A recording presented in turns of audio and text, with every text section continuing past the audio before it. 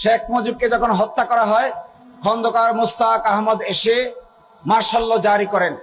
তিনি এসে বলেন, I mister Khondaker Mostaq Ahmad is hereby declaring the martial law proclamation. The constitution will be subservient and subordinate to the constitution. এরপরে 20 August 1975 সালে খন্দকার মুস্তাক আহমেদ সামরিক আইন জারি করে 15 আগস্ট থেকে তার বৈধতা দেন। এরপরে 8 নভেম্বর 1975 রাষ্ট্রপতি বিচারপতি আবু সাদাত মোহাম্মদ সায়েম প্রধান সামরিক আইন প্রশাসক নিযুক্ত হন এবং মেজর জেনারেল জিয়াউর রহমান উপপ্রধান সামরিক আইন প্রশাসক নিযুক্ত হন।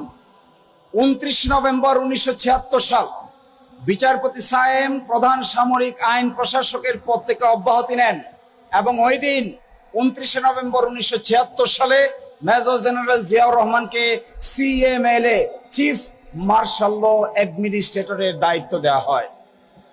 তারপর এই দিন থেকে শুরু করে 6 মাস পরে 31 মে 1977 গণভোট অনুষ্ঠিত হয়, যেখানে 88% ভোট পেয়ে মেজর জেনারেল জিয়াউর রহমান জনগণের আস্থা অর্জন করেন এবং রেফারেন্ডামের মাধ্যমে তা অ্যাপ্রুভ করা হয়।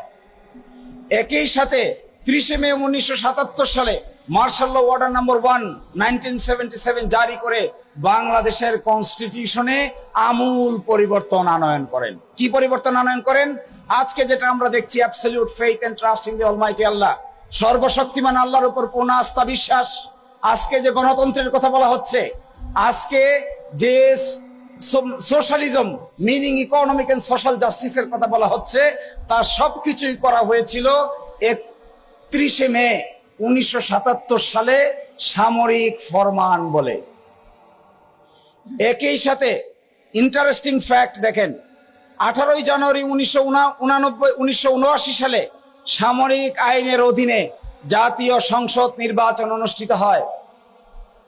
বিএনপি সংসদের সংখ্যাগরিষ্ঠতা লাভ করে। 6 এপ্রিল 1979 সালে সন্ধ্যা 8টা থেকে সামরিক আইন প্রত্যাহার করা হয়। 7 এপ্রিল 1979 সালে গেজেট প্রকাশের মাধ্যমে সামরিক আইন প্রত্যাহার কার্যকর করা হয়। এর এই মাধ্যমে সামরিক আইনের অবসান ঘটে, বাংলাদেশে মাল্টি পার্টি ডেমোক্রেসি এস্টাবলিশ হয়। This is a political historical document before us. Same thing happened during Ershad regime. এরশাদ রিজিমেও একই পদ্ধতি ফলো করে বাংলাদেশের সাংবিধানিকতায় উত্তরণ ঘটানো হয়।